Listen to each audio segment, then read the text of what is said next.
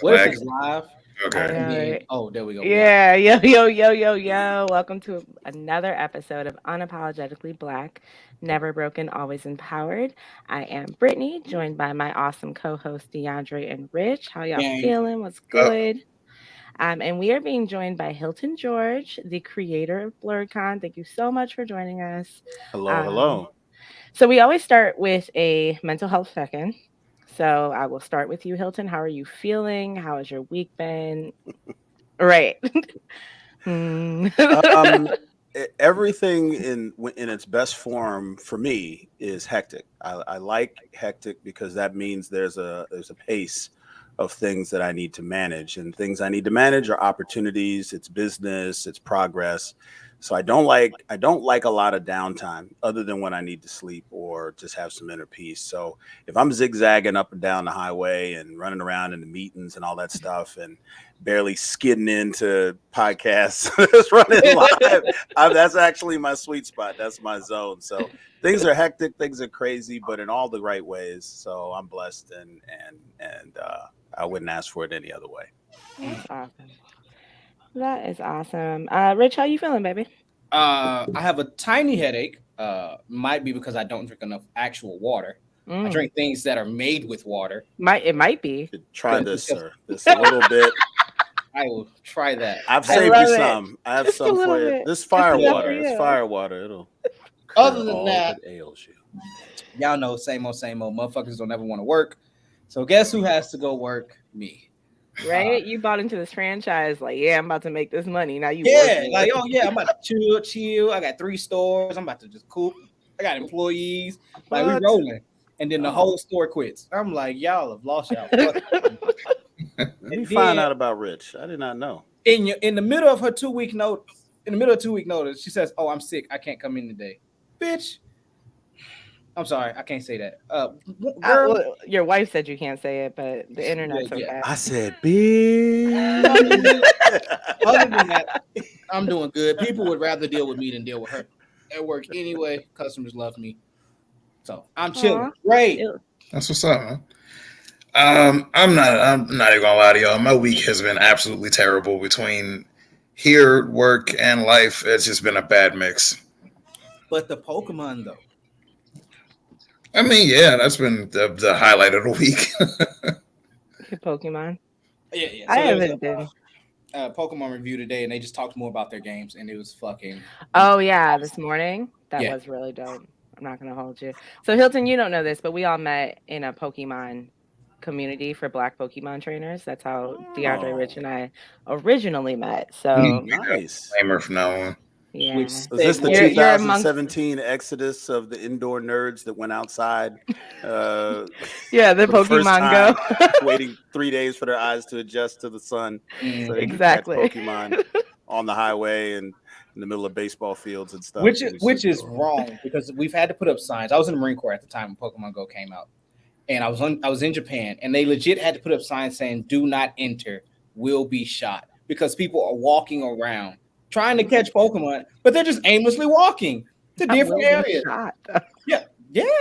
I mean, no, I get it, but it's like, geez. Like, yeah, don't come here. You're gonna get shot. Like, Pokemon Go players, do not come here. Like, seriously, it's to go somewhere else. That's hilarious. It was weird, but which segues into how we got to this interview in the first place. You're right. Fuck my day. Let's move on. Yeah, I'm just joking.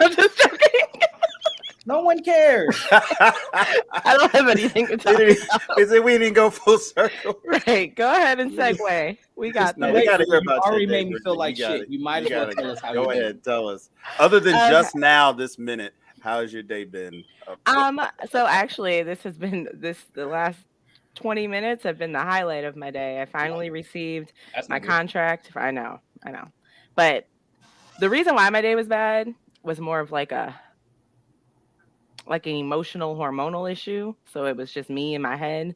But at about 7 o'clock, I received my contract for my new job. So I'm super excited to get that signed and get started. And then I'm on the podcast, and I'm like, I don't think you guys understand how excited I am about this particular podcast episode, because this is Blerdcon is how I met you guys. Nice way to steal my thunder. Yeah, I stole it. Because you stole my ability to talk about my day. Yeah. But yes, that's how we all met each other. Was at Blerdcon. It was my very first convention, right? So Ah, I'd never been to a convention um, prior to that, and we was like, you know what? Since it's so close to where Brittany and Jamal live, why don't we all just go there, meet up, hang out, explore the convention, and do awesome things. So it was a wonderful weekend, absolutely beautiful weekend. The oh, convention was great, great. amazing. Was this our year one, or which year did you guys That was come? this year. This year, This Just year. this. like Oh, this Last is. last month. just Wait, a wait. So month ago. this podcast is where you guys is a result of just 3 weeks ago y'all meeting. No. So the podcast we started in November just from being internet friends. But Gotcha, the Blerdcon was our first in-person meeting, taking photos together, like just being in the same gotcha. room. Right. Well, I'm glad you guys had a chance to see it. It's one of those things you have to see to really understand. There's not a whole lot of words and descriptions that I think kind of encapsulate it that well. So yeah, absolutely. I can think of two. Fucking amazing. That was a pretty good word. Those are great words. Yes, I can think of at least two words. But so last month, all of July, we essentially interviewed people we met at Blerdcon. So we talked to HBCU Con, we talked to a few of the creators we met. So having you as our essentially extended July to wrap it up is the perfect ending to it. Um, Sorry, guys, I'm trying to do like 5 things at once. But yeah, so what I love the most about Blerdcon is that it is the only place right now, hopefully, there will be more Black safe spaces, but it's the only place where you can go cosplay, be Goku, be Princess Peach, be whoever you want, and not be looked at as the Black version of, or, oh, you're Hmm. the Black Superman. It's like, nah, I'm Superman. And everyone just Mhm. views you as such. And that's such a beautiful thing. So I guess my first question to you is, like, how did Blerdcon get started? Where did this idea come from? Yeah.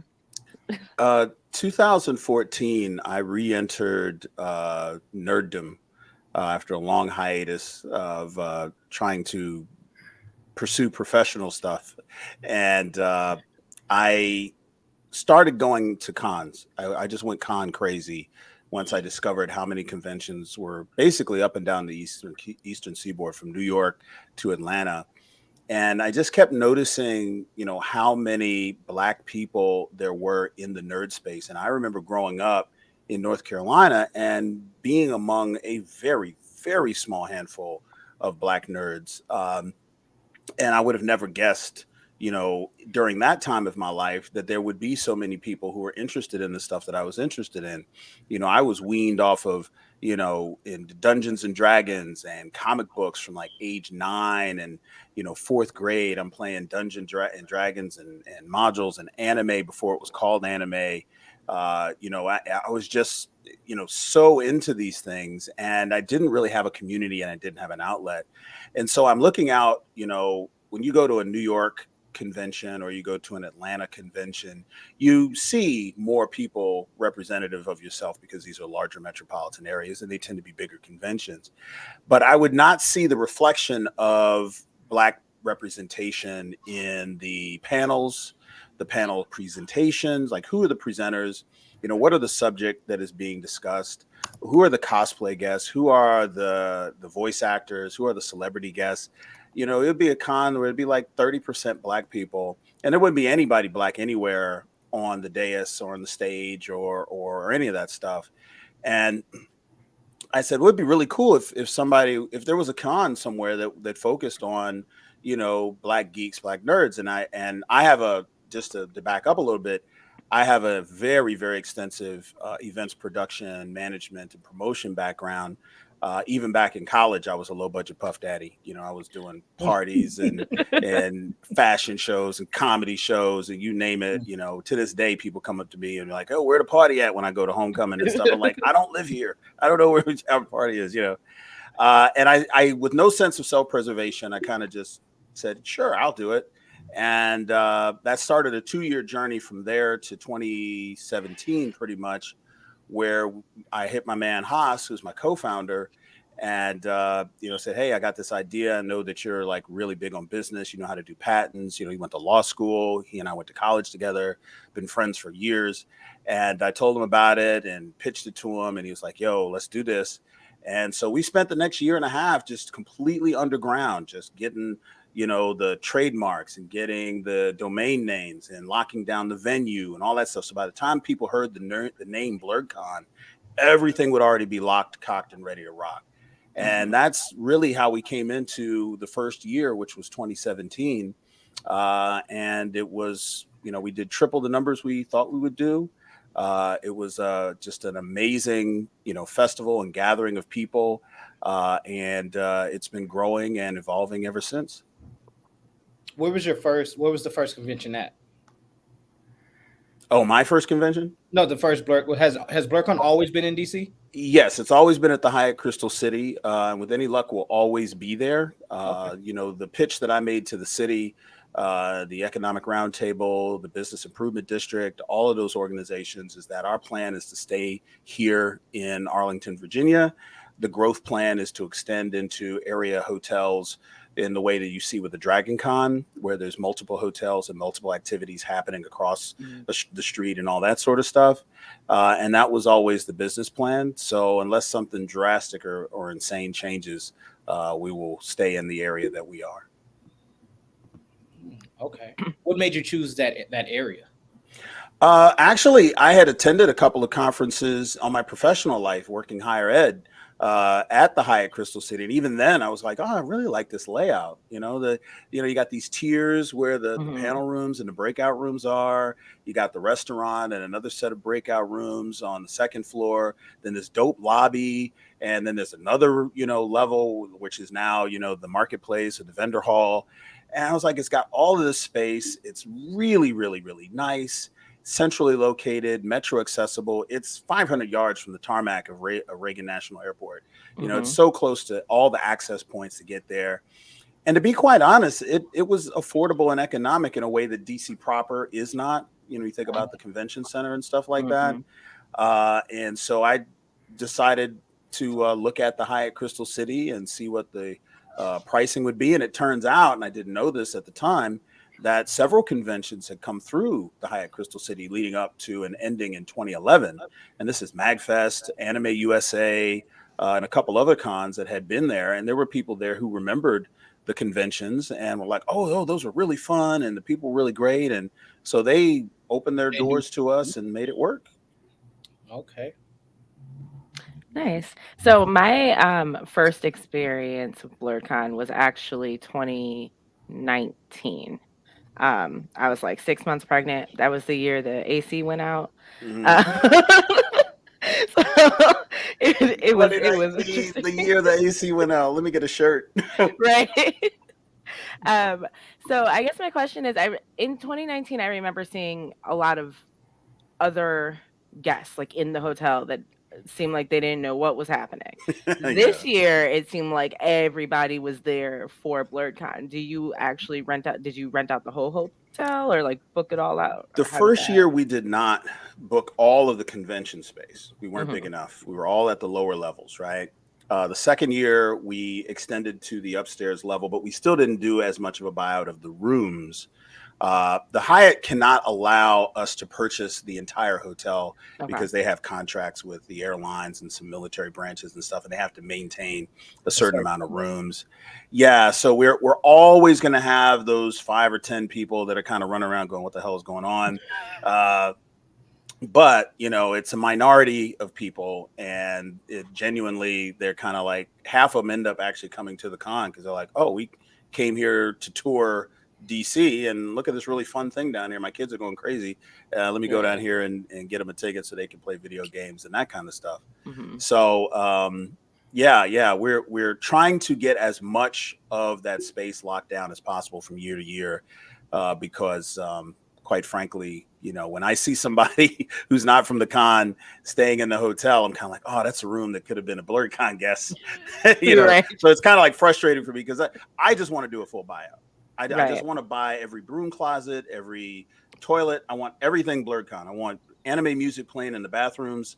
I want everything, That'd but be I super can't. dope. Yeah, I can't always do that, and but the people are in good enough sports about us being there, and it's nothing really too weird, so it's not a problem.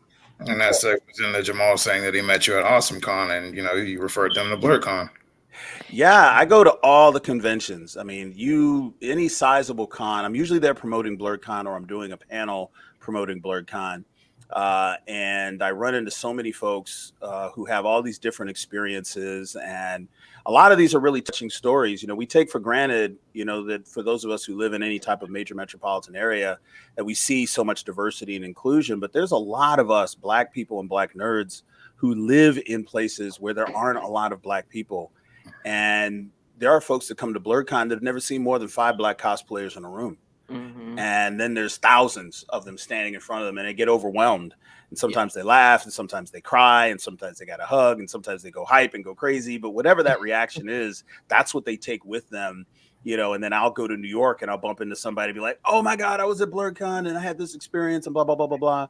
And, it's really, really cool to meet people who've been touched by your work. And it's nice to know that the community extends beyond what I see every day. Because here's the thing, I don't see Blerds every day.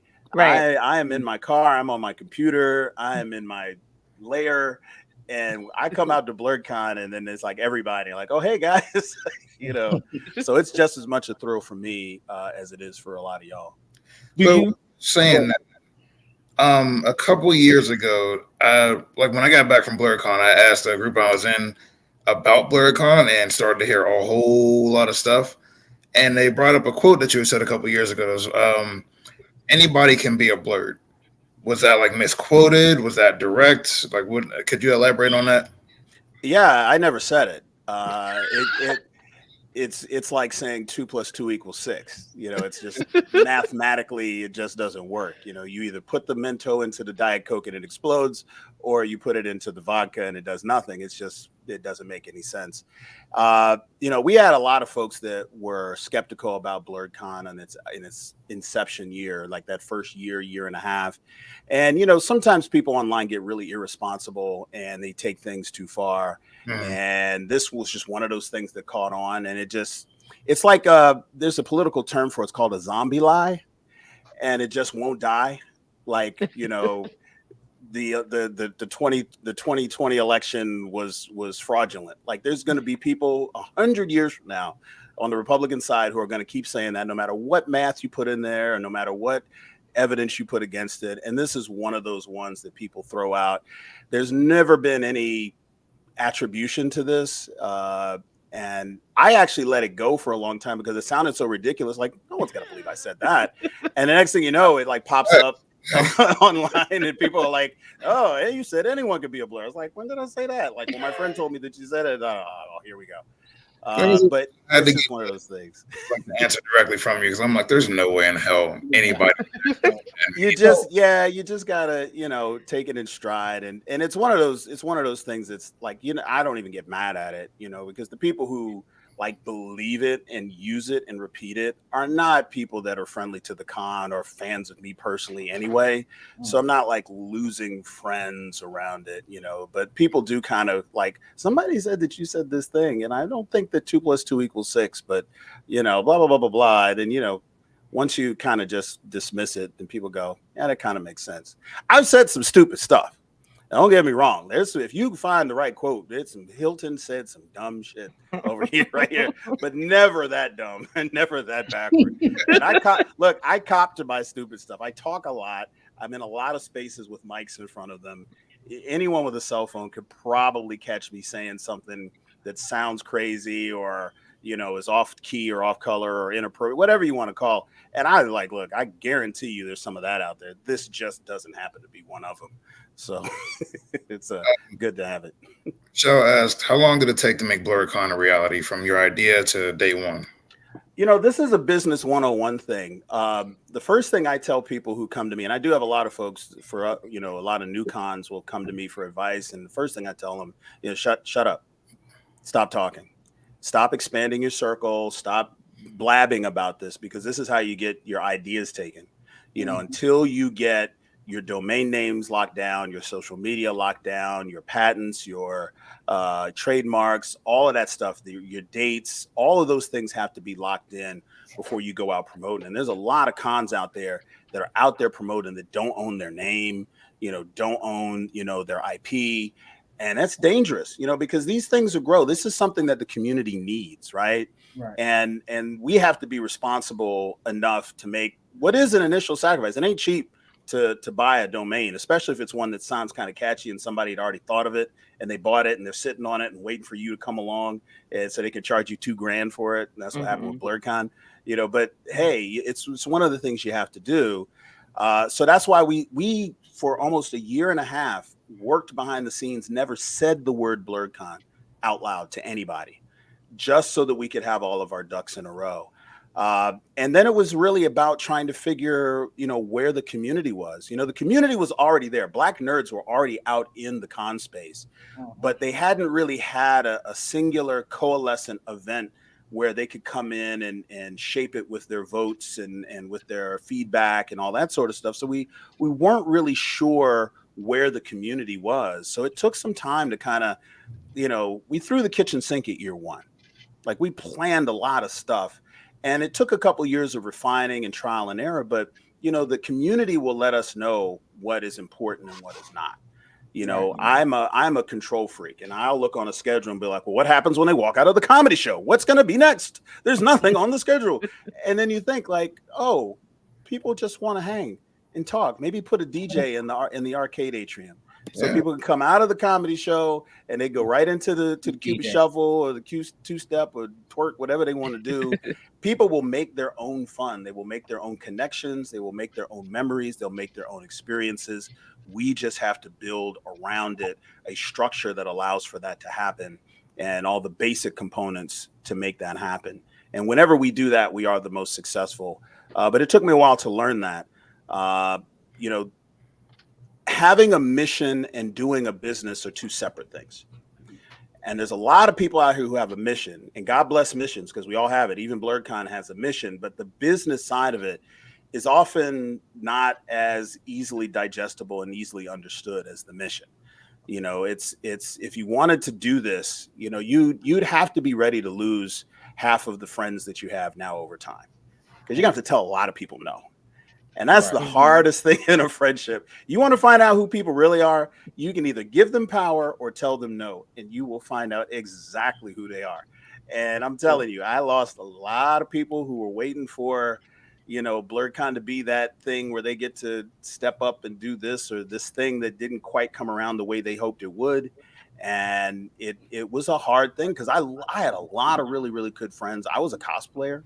I was going to a lot of cons, having a good time. And, you get kind of promoted to the most popular person in your high school, but you're the principal. It's not quite the same thing. It's not the word you would have used for the genie,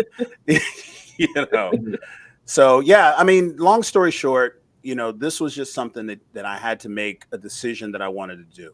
Cons were my safe space. This was a place I could come, put on my cosplay, act a fool, have fun. And I knew I was going to have to sacrifice a good chunk of that in order to be a con runner, be behind the scenes, see where the magic starts and stops, pull up the curtain and see where all the gears and how the sausage is made. But I felt like there wasn't anybody else around to do it, and I wasn't going to wait around for somebody else to do it. And so I stepped into that breach, and so far, the people received it, and it's going to keep going, hopefully. So with that being said, that segues into my next question about you stating for people to keep their ideas to themselves. This brings up the Black Fade situation. What was like the order in which that went? Like, how did y'all go about contacting Carlos and Jasmine? Because they refused to talk about it. Like, how did that whole thing play out? Well, I said this in the live I did, and I touched on it in the apology. I approached Black Fae like I would any fandom, right? And we've had themes before that were based on fandoms and based on tropes that, are somehow, either engaging the Black nerd community or are part of the Black community that we're going to bring into the Black nerd space, whatever you want to call it. And this was something that I saw a lot of cosplayers doing. I saw a lot of creatives, getting involved in it. And I said, wow, this would be a really awesome thing to highlight and make a theme. And, that really is the start and stop, for it until we actually start planning the next year. I underestimated, how close to the vest and how, people saw, this Black Fae phenomenon as their own. And so when I came out with the idea to do the fade to black, a lot of people took it as several things. Like, one, they were saying, oh, you need to give credit to one of the people who have popularized and developed this idea and helped build the community that's around the fandom. Others were saying, don't go anywhere near it because this person has some sort of ownership or exclusivity to it, which even she has said is not what she, had any ideas about. But people just had a reaction to it. Some people, especially within the Fae community, and that was really what the dust up was about. Where the rubber hit the road and where I ended up like having my direct conversations with Jasmine was really about what I did during the announcement. And I don't know if you guys saw the announcement, but I got carried away in my enthusiasm and I actually said her name because there were members of, the Black Fae community and the Black Fae Day They had a panel. group. They had a panel and they were there and they were like yelling her name out. And I was like, sure, yeah, absolutely. We're going to work with her. We're going to, we're definitely going to have her a part of the planning. Why wouldn't we?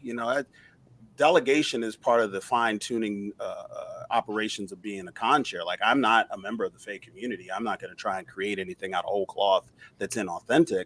So why wouldn't we work with, Black Fae Day? Why wouldn't we work with Jasmine to put some stuff together and kind of uplift and showcase all these different things? But that was received by half the community as somehow saying that we already had something in the works and there was a contract driven up and she's partnered somehow with the con, which when it came to her, she was kind of on her heels like, wait a minute, I haven't signed anything and I'm not working with and partnering with Blerdcon on stuff.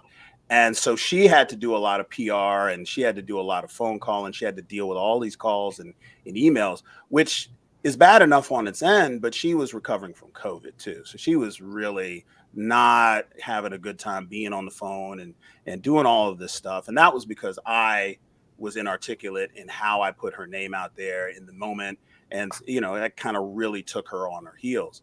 But the thing that we're mostly, looking at is that, because that was the part that really affected her personally.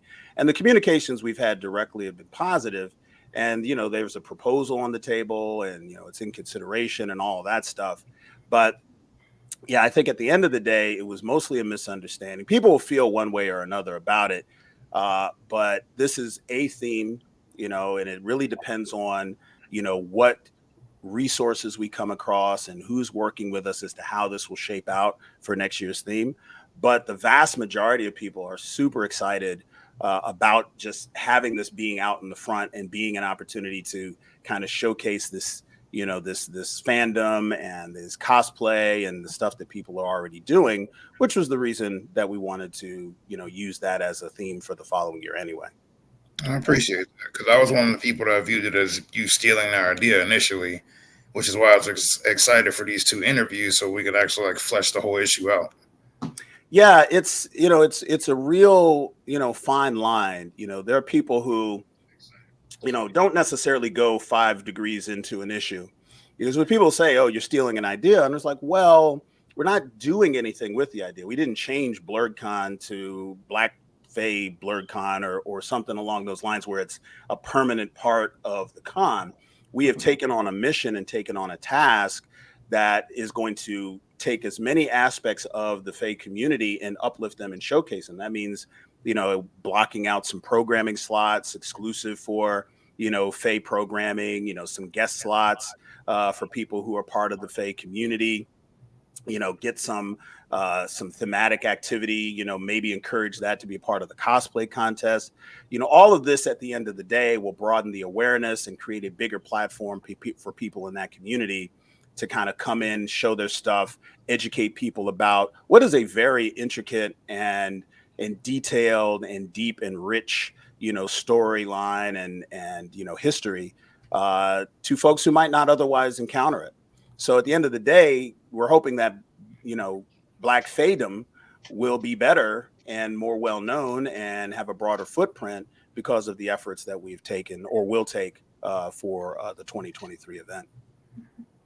Okay, so it seems like this is obviously you plan these events or themes probably a year or so in advance. How big is this production? I know it's not you just come up with everything. So are you talking, a company staff of 100, less than 100, or like how big is your production when it comes to like, okay, hey, I need to employ? Are these temporary employees, or is this more of a like, no, I have a staff of like 100 people and like we do this like all day long? Like how does this? You didn't put 100 staff on me, man. You didn't try to get where's my buffering? I need some pills for this, bro. Hold up, slow down.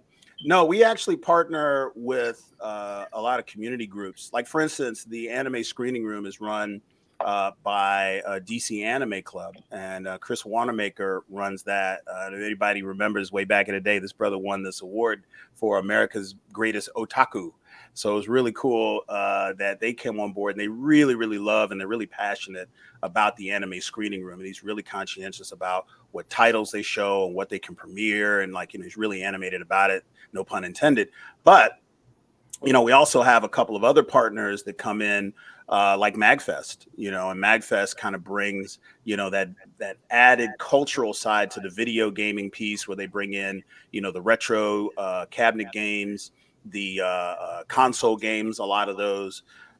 We even partner with ClipDart. ClipDart is who we partner with to get the barbers at Blerdcon, which was no easy task. And, to bring all of these things together, you have to build these coalitions and find ways that you can serve these community missions for these groups that exist, while also at the same time feeding the mission of Blerdcon and creating access to an experience that is, unique. Now we do have a volunteer staff that, hovers somewhere around 20 or so people, depending on, what their job is and when that job, calls for them to actually go into full action. A volunteer corps on that weekend that definitely goes above 100 people. Anybody with a volunteer shirt that you see working in a particular, registration or greeting or what have you, it's a big operation with dozens and dozens of moving parts. I don't think there is a single, there's another single example of a more complicated and diverse set of activities than a convention. And especially Blerdcon. We do over 100 panels and workshops over the course of our weekend. And don't forget, we're a 24-hour con. So minus a couple of administrative offices and the vendor hall, we're running 24 hours from noon Friday to 4 in the afternoon on Sunday. So if you got a brand new Adderall prescription you cash in before Blerdcon, you're good. But you gotta find your own time to sleep, because we're not turning the lights off and kicking you out and see y'all tomorrow, right? Which means we have to run this thing round the clock. So from a managerial perspective, it's tough because there's so many moving parts going on all the time. And, something could go wrong over here and then something could go wrong over there. And, it's not always a finely tuned, well-oiled machine. But without the team, coming together, without, the volunteers, it just simply wouldn't happen. We have to have people that are passionate about doing it and passionate about creating something unique and seeing something grow. And I happen to have that as my team, and they are amazing and they put up with me, and therefore they deserve all the flowers. So is there ever a time where you get to enjoy the con, where you just find like maybe an hour, 2 hours in the middle of the convention where you get to like just relax and enjoy so you can see the fruits of your labor? Oh, not at all. No. No, I don't know what happens at Blerdcon until like Tuesday. Really? No, really. We choose to do that? No. I am always putting out fires.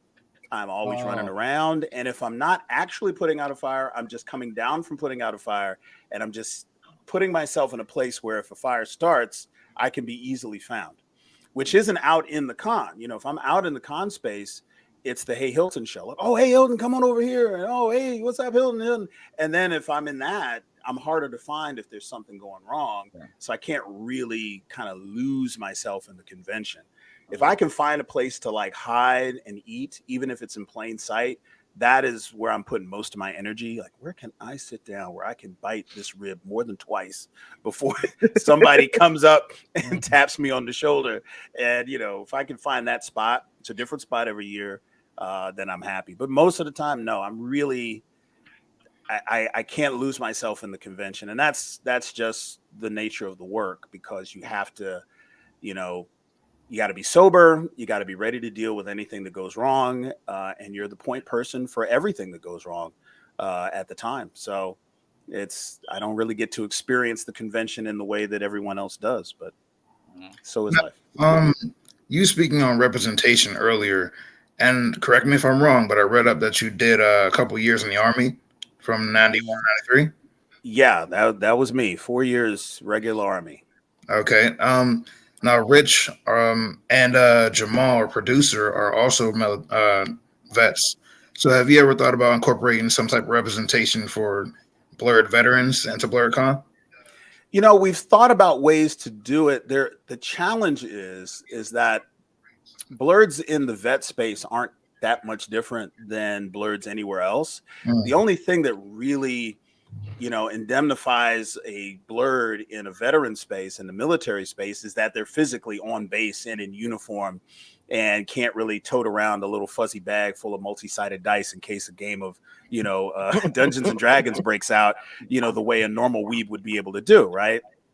So, other than just general outreach, other than, you know, anything that might reach into that community and, you know, kind of let them know that Blerdcon is happening, there really isn't that much that we're able to do beyond what we do for all other Black nerds. And it's never been brought to us that there's any additional expectations of the veterans who are blurreds of their Blerdcon experience than anyone else. You know, it's just, I just remember being a blurred in the military, and I mean, it's just hard. You know, you don't have that much personal space. Your time is regimented. You know, now it's easier because there's a lot of, you know, personal, you know, handheld video games, a Switch you can put in your pocket and whip that out if you had a break. But you couldn't do that in '93. You know, you kind of, there's an evolution here that has made things more accessible than they were back when I was in. But if we ever get an opportunity to partner with any groups that might have that as their moniker, you know, Black Nerds from Quantico or Black Nerds from Fort Belvoir or what have you, you know, we'd love to bring those in, because I feel like that representation is not first and foremost in people's minds who are not from a military background and maybe don't understand that being in, you know, the Army does not allow for that much personal expression. You're not going to cosplay. You have nowhere to put cosplay. You know, you have nowhere to go unless you live or you're based near places that have cons where you can do that sort of thing. And for the people who are near here on bases, you know, how we can get them engaged and involved, always open to hear it. Yeah. And like he said earlier, the fact that your time is so regimented when it comes to being in the military, I have to take leave. I have to ensure that I can even be able to come to this convention for 4 days or so. And when I get there, the last thing I'm damn sure worried about is the military. What I'm more concerned about is the con. So I'm damn sure not worried about anything else outside of, okay, cool, I get to cosplay, I'm off. No one gets to call me back in. But that's assuming that I'm near Virginia. You know, well, there's a lot of bases here too. There's some bases around there. Yeah. But for the most part, you know, if I'm in North Carolina, you know, am I really going to drive up 8-9 hours, you know, of my leave time to go there? You know, unless I have I was a road warrior. Now I was in the Army, man. Look, you ain't got only one thing you can do in the military is get you a car. You get you a car now. You listen, I would drive anywhere that had a road. If it was a party or some girls, you name it, I was like 5-10 hours. I got this, man. No problem. No way. Like now as a grown person, I'll be like 3 hours. Ooh, Lord. Right. Who's gonna be there? Jesus. I gotta Before we touch on Michelle's comment, I just wanted to say, when you're talking about military and cosplay and being a blurred, we had spoken a couple episodes ago about the mental health of cosplay. So I feel like kind of talking about that and how, being able to be whoever you want to be and live out your essentially your fantasy, whatever it is, Hmm. like, and having that escape is a great way to kind of sell it to people who are in military and don't get to have that self-expression. So It has been one of the most exhilarating experiences for me to be in a cosplay. And I was in a conversation with somebody just an hour or two ago about the difference between just costuming and cosplay. I said, when you are in a costume, like in Halloween, you're wearing a Superman costume, you don't answer to Clark Kent, somebody yells it around the corner. But in cosplay, you do. You are answering to the name and the character that you are embodying. Costume, role play, cosplay. And that, having a facade that you're able to build around a character and a separate persona, uh, is often like a safety buffer for you to express yourselves in ways that you wouldn't be able to do if it were just you. I'm famous, if you want to call it that, for my Deadpool cosplays. All my jokes that I make as Deadpool, knock them out the park. I got people peeing their pants, in the middle of the floor because it's the Deadpool is making these jokes. It's funny. I try half of that like this, and people are looking at me like I'm a UFO. They're just like, the hell is wrong with him? Like, why is he talking like this? So being able to be the zany character that I am, because I'm a funny dude. Like I really think I'm hilarious. I laugh at my own jokes. I am ridiculous to be around. I am totally self-deprecating. Do not take myself seriously at all. And to be in a cosplay that allows me to take that to the extreme is extremely therapeutic. And for people who are introverts and people who maybe are shy, that mask, I always screw the quote up, and I should probably study it better. But there is a quote out there that talks about, somebody putting on a mask in order to show you their true face. A man in a mask will show you more of who they truly are than someone who is not wearing a mask, basically. yeah, we learned And I that during think COVID. cosplay is just like that. So, oh, she put COVID on it. Oh, Lord. That's what I said. We learned that during COVID. People are hella rude with masks on. Go ahead, Mm-mm. Darren. Tried to convince friends to come to Blerdcon, but they don't feel they're blurred enough because they're a nerd of certain books or other very specific things. What would you say to convince them to go? I think that there are probably, and again, I just had this conversation. I said, you may think you're only a blurred in one way, but you probably have not explored all the different facets of the blurred community or the blurred experience. And you may not even know how much of a blurred you actually are until you come to a blurred space. You come to Blerdcon, you're going to see, anime, tabletop gaming, music, video gaming, tournament play, free play, music, it's all going to be there. Art. You're going to have an opportunity to kind of encounter things that, like, oh, I didn't know I was that kind of a nerd. Like I forgot I was excited about that. Or I've just now discovered that I'm excited about that. Like I'm in this conversation getting granular about Star Trek, and I just watched the show and I didn't even realize I'm a Star Trek nerd, right? And so, this is also an exploratory process. No one's coming here fully cooked. Everybody is coming in with, the part of their personality that they have had access to and opportunity to express in the spaces that they've been in, which for Black nerds is not that many and not that deep. It's when you come to the Blerdcon space where you aren't feeling that same type of inhibition or restriction or constriction, and you feel free, that you actually do reach out and try things, because there's less gatekeeping and there's less people telling you or insinuating that, because you're Black, that you're not supposed to like these things, or the things that you like are not somehow antithetical to you being Black, right? Like, oh, you like anime. Well, that's white stuff. What you doing that white stuff for? This is the stuff a lot of blurs grew up hearing. And so if you come into the space, you might find out that you're more of a blurred than you thought. And if not, you're still getting an opportunity to have a good time, because at the end of the day, Blerd kind of has to be a dope show. There's got to be like the right musical guests. There's got to be the right, DJs. There's got to be the right celebrity guests. There's got to be the right programming. All of those things have got to be universally enjoyable, and most specifically to the Black nerd community. And you come into this space, you might discover you're a blurred in the way that you weren't before, or you might decide to become more of a blurred than you were before. But at the end of the day, you're going to have a great time. You're going to connect with some amazing people, because only amazing people go to Blerdcon, and and you're going to have a lot of fun. And that's what it's really all about. It's supposed to be light. This is not grad school. You know, you're not getting graded on this. You're gonna come in, and I mean, y'all were there. Like, there are parts of Blerdcon that are indistinguishable from any club or party or gathering of Black folks that you ever seen at a family reunion or a cookout or a revival at church or whatever you want to call it. And it just hits you right in your 23andMe, like right here under the rib cage on the right. And you like, I don't like dancing, but I'm dancing to this. Right. Oh my God, I'm belting out this song, and I didn't even realize I was doing it.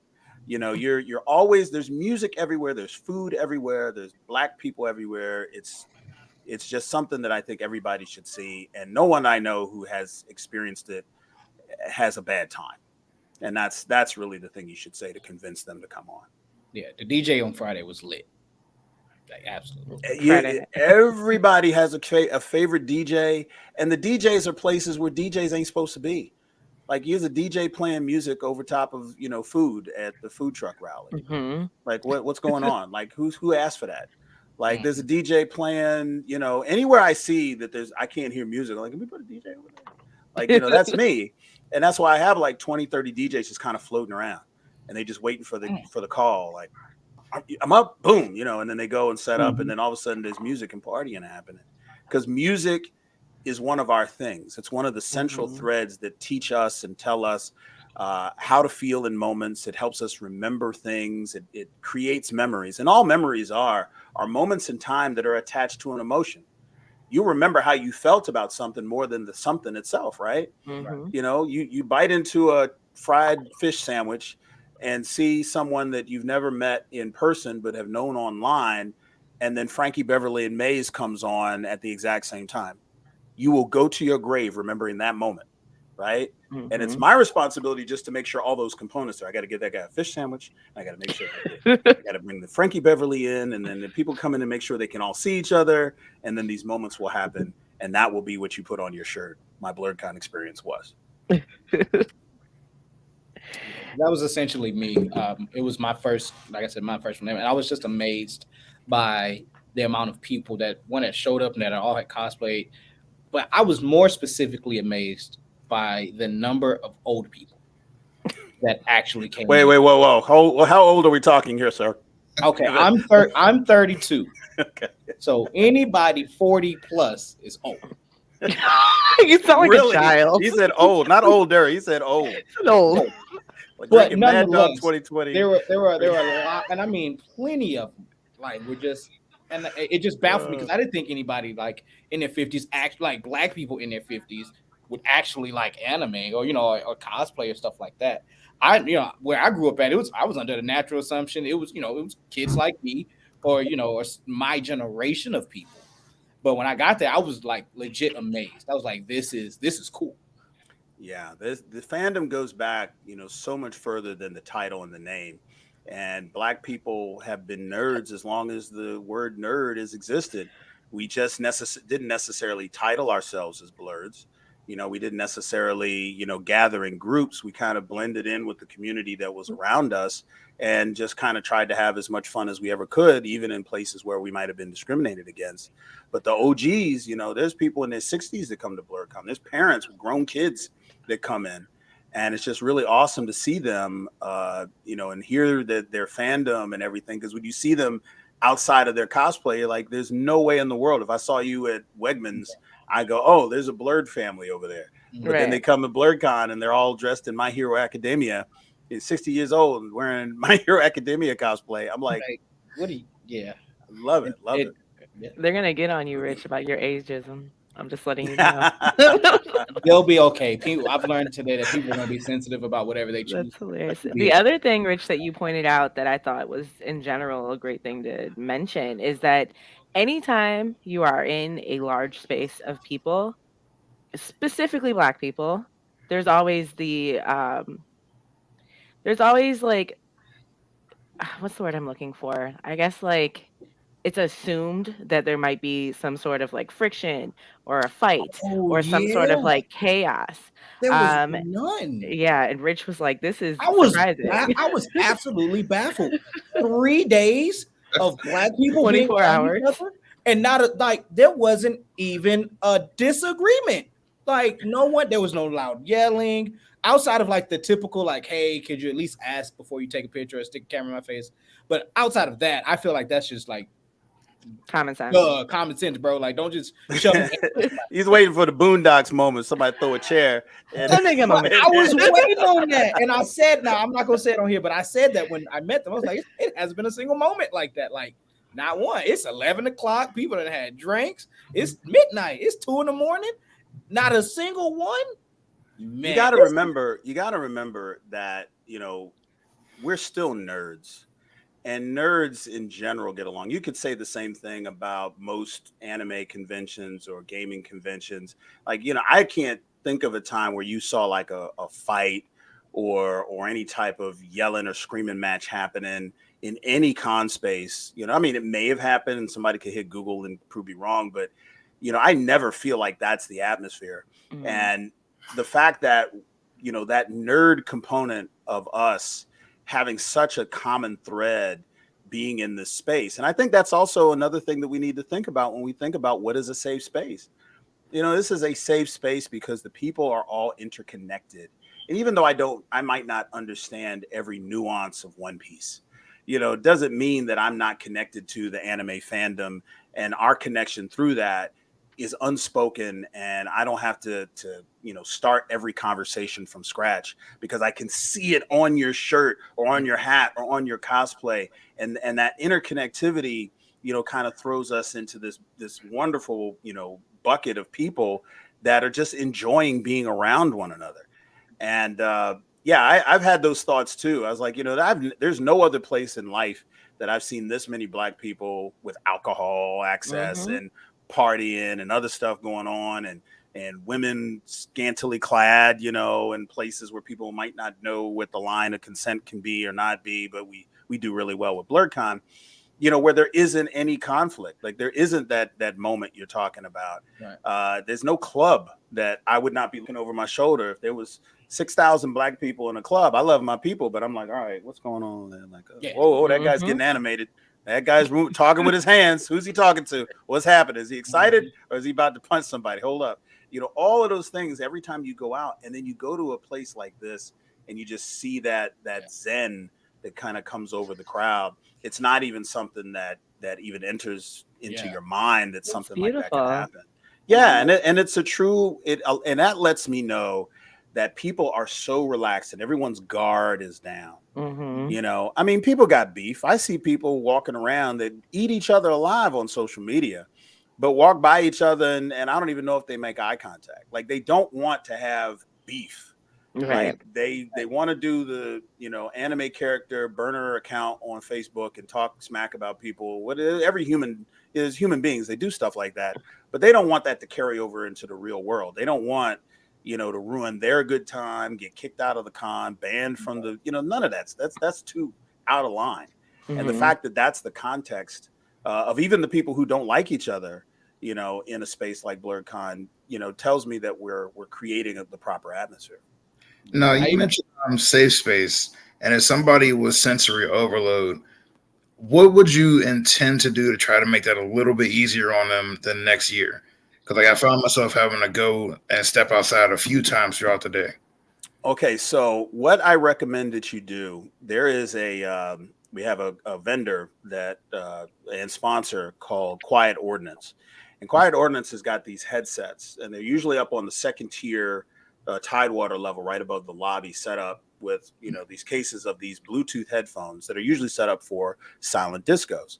But there are 3 channels on it that will run content from 3 of the panel rooms, and they will reach across the street. The bandwidth is so strong.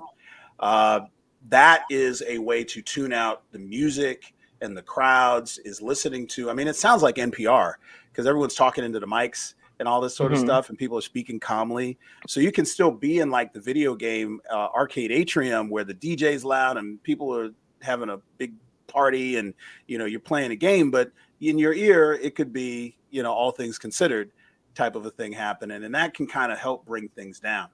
If sensory overload is visual and just people around you, there are quiet spaces outside of the con space. We do have a room that we tacitly designated as the quiet room that's on the Tidewater level. As soon as you come up the escalator and cut that right, it faces the Cinnabar and the elevator bay. And it's just a big lounge room and there's nothing going on in there. And, that is where people can go if they really need to, have a quiet time. So there's spaces like that. It also helps if you're staying, if that's who you are. It's also helpful if you stay in the hotel because it's easier for you to take breaks. You're like, you know what? I need like 30 minutes of just, nothing. You can just hop on the elevator, go to your room, reset, recharge, and then come back down. And that can also save you a lot of time and aggravation, if you know that that's something that you need to prepare. First off, no one cares about Jamal's comment. No, he's thinking of the wrong room. No, the VIP room that we had in 2021 is the big Tidewater room. We don't do a VIP room anymore because we can't secure it.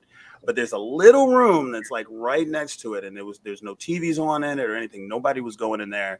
That room is going to be kind of tacit because we're not going to put any programming or anything in it.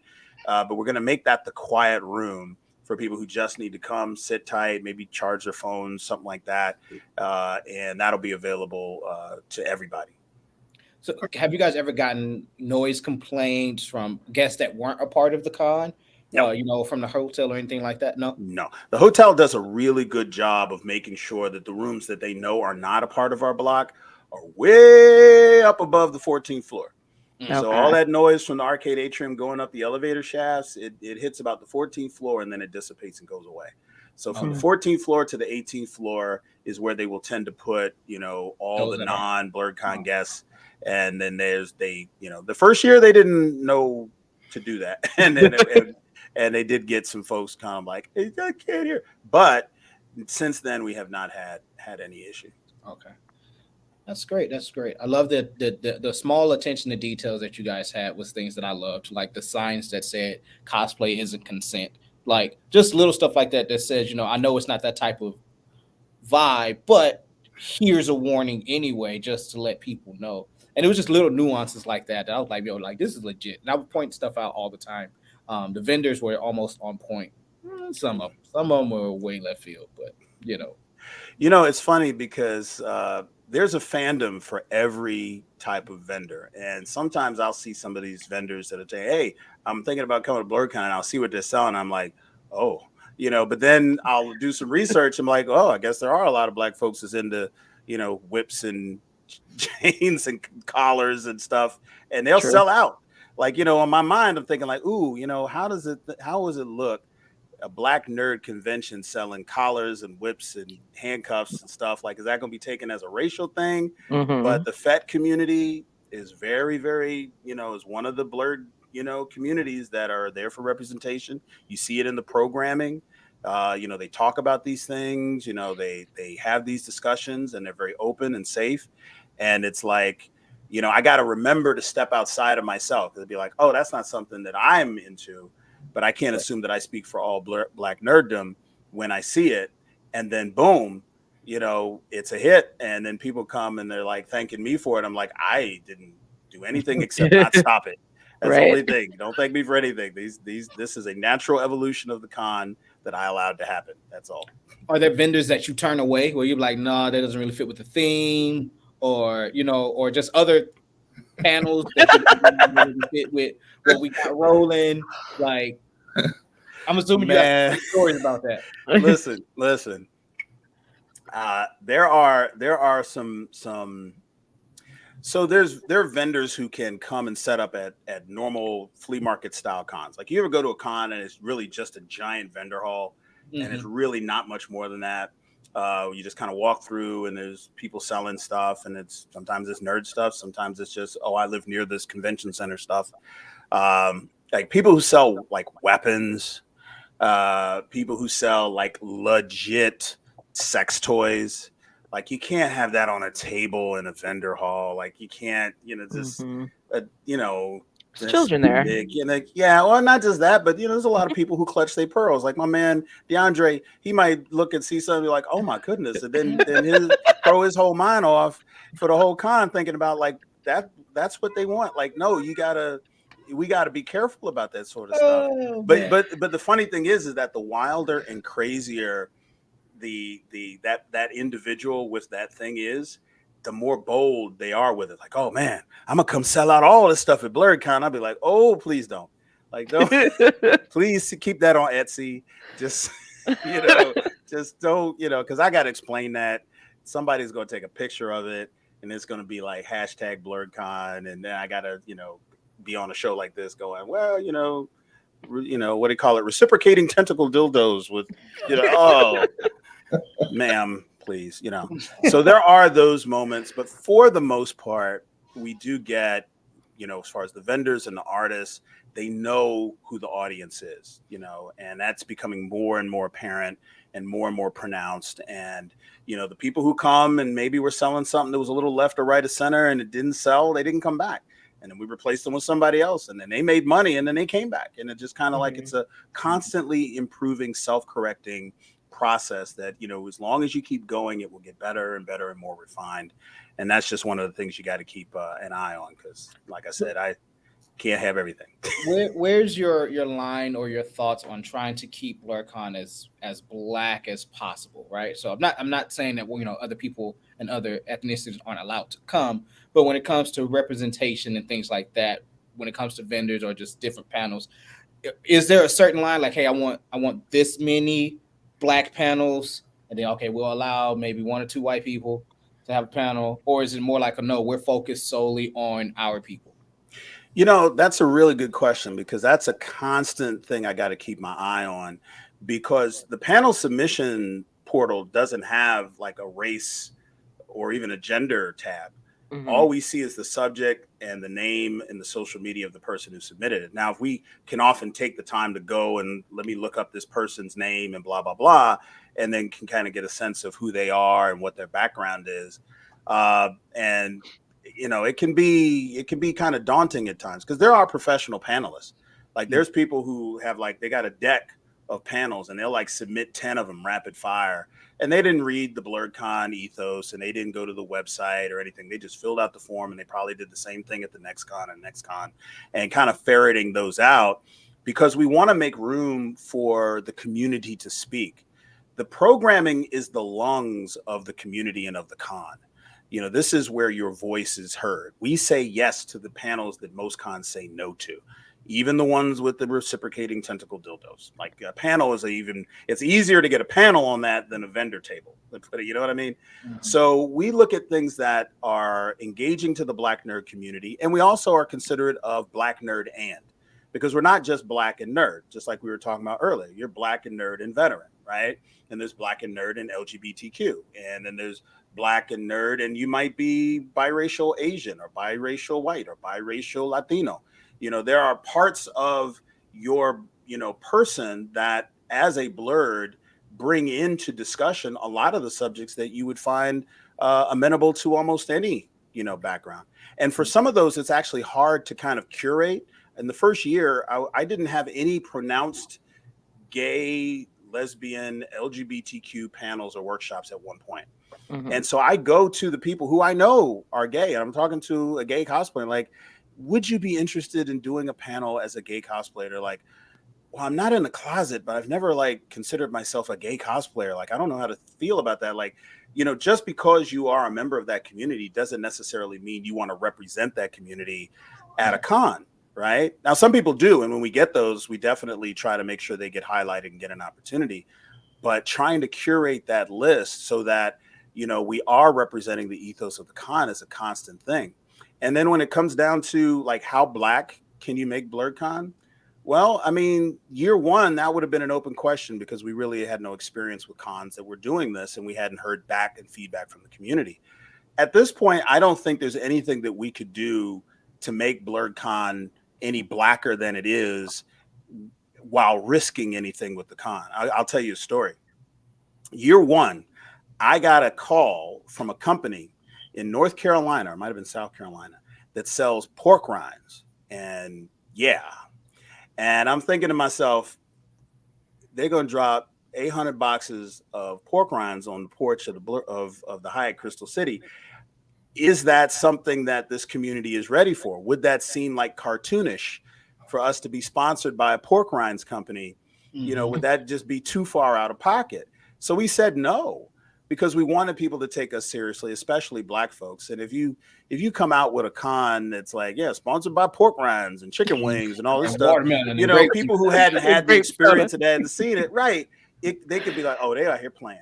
They cooning. You know, they right. Cooning. So I was like, you know, let's not, until we find out where that line is, let's not do that, right? Funny story is that, like, now I think if that same company were to call me back, I think we could have a bunch of boxes of pork rinds made available to the congoers. And at this point, with the track record we have and the connectivity of the community and the embracing of Black culture that the community has had these multiple years to do, we could absorb that without seeing it as some type of a crazy off the wall, cartoonish, sarcastic gesture. You know what I mean? You know, there are things that we can do. Like, we had a spades tournament. Like, you know, year one. Where was that at? That was year one, or was that this year? You know what? I don't even know if it happened this year. Was it in tabletop room? I didn't remember where it was. But the last 3 years we had a spades tournament, same way you'd have a Yu-Gi-Oh or any other. If right? you can have a convention playing spades and there isn't a moment where people are throwing stuff, smashing shit, it's beautiful. That's why we're giving him his flowers. That is heaven. That's euphoria. Listen, I was nervous, but my team brought it to me. They're like, Hilton, trust me, this is gonna be dope. I was like, oh man, a spades tournament. Somebody gonna throw a chair. I can't run a con with somebody threw a chair. That'd be all we're known for the rest of history, is that person threw a chair because somebody reneged, and then it'd be over, right? But it turned out it was a huge hit, you know, and people embraced it, because we are then reflecting to the Black nerd community, you know, hey, we can superimpose the Black experience over top of the nerd space. You know, just like with the barbershop, like that was very risky, because I actually had to pay for barbers' chairs and pay for barbers who were giving up their weekend money to come into the nerd space where the money wasn't certain, because it's never been done anywhere. There's no con anywhere on earth that's ever had a barbershop anywhere on earth before Blerdcon. So we're really out there risking, like, you know, are people like, look, when you go to your barber and your guy has got a line and the new guy, Chauncey's got an empty chair, you don't know Chauncey, you're not letting him touch your hair. Absolutely. I'm waiting for Fred. That's why I'm here. 2 hour wait. Fine. I'll wait 2 hours. I got to switch. I'm good. Right. So all I got is Chauncey's. Nobody knows these barbers. I got guys coming from Minneapolis and Arizona and stuff like that. Are they going to take the risk? And turns out, boom, people was lined up getting their hair cut constantly for the whole weekend. And, you know, these are the kind of risks we're able to take now that year one, year two, we might have shied away from. I wanted a cut, but the line was so long. I was like, I can't wait. Listen, there is never enough barbers. And Clip Dart is doing a great job of bringing us qualified, certified barbers. But I'm like, I might need to holler at the little local barber college and add a couple folks, because that wait, you're right. You know, you got a con to go to. You want to just sit in, get cut, and get out. But yeah, it's a success story for us, for real. No, to touch on Michelle's question, I'm going to expand on it, because I have a 15-year-old brother, so plans on coming with me next year. So outside of the cuddle party and the BDSM panels, have you considered an adult-only portion of the con? And to add the question with that, are those sponsored by Blerdcon, the cuddle parties? Or No. is it something that people made If up? it's not happening in the con space, it's not. As a matter of fact, I told the cuddle party people, I said, I specifically request that you not tell me when, where, or what a cuddle party is. I need plausible deniability. I don't want to know. Somebody going to get cuddled the wrong way, and they're going to be like, Blerdcon cuddled me, and then it's going to morph into Hilton cuddled someone at Blerdcon and told everybody they could all be blurds, and it's going to be crazy. And then I'm going to have to be explaining to y'all again next year, like, Hilton, you just can't stay out the hot seat. You cuddling people at the con, like, you know. So I just I tell everybody who wants to do anything that is not appropriate for us as a convention to run. And like, dude, rent a suite under your own name, under your own credit card, invite the people you know to come up there and do what you want to do, because then it ain't got nothing to do with me. It ain't got nothing to do with the con. And as long as you're not insane and I think you're going to do something that's going to be harmful, I'll step away. Mm-hmm. And that's worked up until now. As far as like specific spaces in the con for adult stuff, you can't really do that because you've seen the layout. Even the top tier, the third floor, is visible by the entire Hyatt. Mm-hmm. So if people was, naked or doing real crazy stuff, folks are going to see it either before, during, or after, and it'll still affect, the convention space. And that is the totality of the con space. That third floor is it. Everything else above that, as you see, is glass ceiling or hotel. And so we really don't have a place where you can do things like that in private. That would be secluded from young people or, people who are not the appropriate audience for it. And are there rules from the hotel that say, hey, we don't want this kind of activity to happen due to, our reputation and stuff like that you have to sign before you do the convention? This is what plausible deniability does for a conversation like this. I am not aware of anything that would be needing or requiring signatures or waivers, and neither is the hotel. And as long as that stays the case, we won't have anything we need to authorize or disauthorize or disown or indemnify ourselves from. And I think that's probably the best way for the people who want to express themselves during their Blerdcon experience in certain ways, to give them the space to do it, but without us having to, be directly involved. And that's not just, when I say us, it's me, the Hyatt, the sponsors, everybody. Mm-hmm. Now I did attend an adult panel, right? I think it was an after dark panel. Yes. So those you do have that. Okay. So those you do allow are after dark panels. Okay. Yes. The after dark panels, we vet the people to say, okay, you're not just going to get in a room with a bunch of people and have a tickle party, right? You are someone who is a trained dominatrix, and you're going to talk about that.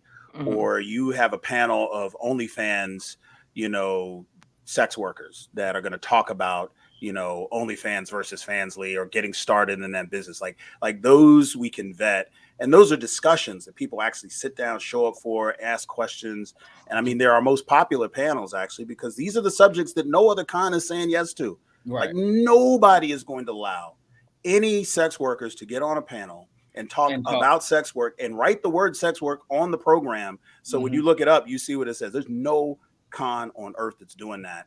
And I'm so proud that we're able to bring some really experienced and responsible voices from all of these different sectors of those communities to come in and inform people and educate people and welcome people, broaden their minds, so that there aren't, so many assumptions and there aren't so many misgivings. And, they're part of the community too. A lot of these folks are cosplayers and they are gamers and all of this stuff. And this is something that they do in addition to that. And there's no recognition of that. There's no discussions around that. There's no, protocol on, what we, have done with this evolution of this digital sex working, media that's out there, and the people who have gotten active in it.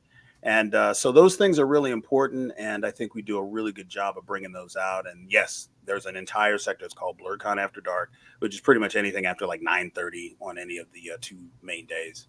So for our final question, how will we go about getting a panel? Because by the time the next Blerdcon comes around, we'll be like a year and a half into the podcast game, and we'll be doing media interviews everywhere. Yeah, what it's like to have a successful podcast that's not drenched in drama, that's not surrounded by relationship battle of the sexes and all that jazz, like not the manosphere and all that BS. My recommendation is think of something to talk about that no one else is talking about, even as it pertains to you guys and the podcast. Podcasting while Black is probably a discussion that is happening or has happened or will happen in any given con space, right? So, think about a top spin on the ball and try to, kind of put something unique that would stand out. it's kind of like the advice you got like with a college application. Like what do I put in my my personal statement to make my application stand out? We filled almost 400 applications for this 100 to 150 slots that we run every year. So you definitely see a lot of repetition, and there's definitely a lot of podcasters out there who are, coming in and wanting to do panels about stuff, but it does tend to kind of fall into the same niche. So think about something that would be like maybe unique to your group, and maybe some of the discussions that you're having or the dynamics within, your team, the way you're founded, just something that would catch the initial reviewer, off guard. I am not a direct part of that. I try to detach myself from most of these processes for a lot of obvious reasons. The only time I'm really called in is if I'm actually placing like one of our celebrity guests or somebody who has to have a panel, and I got to get them in there and get them scheduled. So if you want to stand out and you want to make it, just think of something really creative and original to talk about, or how you want to do an interaction. You may want to do a game. You may want to do trivia. There's a lot of ways that you guys can get your message out there in a unique way. And, I think that's the number one way, not just for Blerdcon, but I would say this for any con that you might be submitting a panel for. I would say, we all run Black Pokemon groups. Say we do a podcast panel about our Black, because collectively between the three of us, we have like 1,000 people in our region. So, what's really funny, and I love this so much about this, is that all of y'all are Pokemon collective. But again, walking through Wegmans, looking at you guys in your civilian clothes, just going through, getting your gluten-free cereal, whatever it is you do at Wegmans, there's no way that the average person would just glean that from you. And that just gives me so much inspiration to know that there are so many more Black nerds out there, millions of us out there who are not engaged in the community, that we all, who are not in the community, they're out there engaging in their fandom directly at home. They're playing video games and watching their anime on their laptop, in their house. They're reading their comic books, in their home, but they're not going into these community spaces and engaging with other people directly in the community. And you'd be shocked how many people who are Black nerds and are adults and know about cons and the fact that they exist, but have never heard of any of the conventions that are happening in the DC metro area, but live here. Absolutely. The algorithm on social media. Yes, social media algorithm does not connect us. It's not its job to funnel us into the things and the communities that reflect our interests. It's to gather data and send it out to the highest bidder so we can get mail from people we didn't heard of, or phone calls from people, who shouldn't be calling us. But bringing us together and making a community, the algorithms for most social media isn't for that. So finding ways to connect with more of y'all and getting you guys engaged is really what gets me up every morning. Well, we thank you for joining us. We do have to wrap it up. We do. Little lady, who's next? Somebody nobody's next. Nobody's next. Our audio podcast, our Spotify people, they're gonna lose us. Our YouTube live, they're gonna be like, I don't have an hour and a half on my way to work. It's been 30 minutes. Way my YouTube account is set up. I got you. We do. I personally want to thank you for joining us. Your convention is awesome. I plan on cosplaying next year as the Wizard King. We'll be back. Yeah, we'll be back. We're bringing more people. It will become a annual meetup spot for our internet friends. So cannot wait to see you guys again. And in the meantime, go to and listen. Blerdcon is a node. I want the Blerd community to collect even in the non-Blerd spaces. I want to see Black people gathering at all these conventions happen in the fall, New York Comic-Con, Anime NYC, MagFest, all of that. I want to see the Blerd community coming together as a community, even when it's not Blerdcon, because that's where the effect is. That's where, the success of the con is going to be measured. So I hope you guys get a chance to gather at some other convention at some other time, and maybe give me a little tacit invitation to let me know you're going to be there, because I might be there too. Okay. We'll definitely let you know when we roll up to Blerdcon too, so that way you can look out for us. We got to get you away for 30 minutes. When you breathing, good luck with that. A lot. 30 good minutes. Luck with that. Maybe while you eating your sandwich, we're gonna interview, and then we're gonna move out your way. I'll be hiding up under a truck. get this rib in before somebody come tap me for something, right? I'll throw you in the back and pull you up. That's all. There you go. There you go. Well, thanks, you guys. I appreciate it. Of course. Thank you so much for joining us. So Saturday is our next show, Shit Talk Saturday. There's been a lot of stuff happening this week, so that should be fun. Yeah, so until then, stay safe, stay healthy, and stay unapologetically Black. Have a Gang. good night. Have a good one.